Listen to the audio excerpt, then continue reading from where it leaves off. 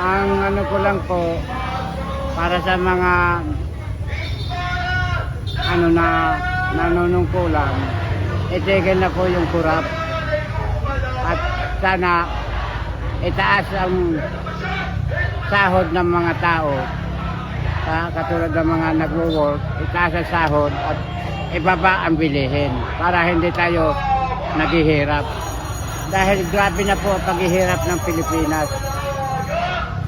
Kaya napakarami po ang nawawalang gana na sa panahon ngayon dahil nga po sa kurap na yan.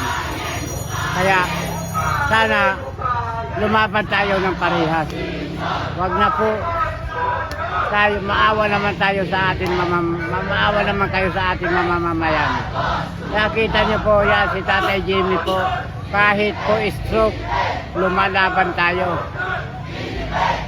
Iniisip ko po, gumawa na lang ng vlog para hindi tayo lumapit sa gobyerno sa akin maintenance na gamot. Kaya ngayon nananawagan po si Tatay Jimmy, sana sa mga nanunungkulan sa gobyerno, ibaba na po yung bilihin at itigil na po yung kurap, itaas ang sahod ng mga manggagawa.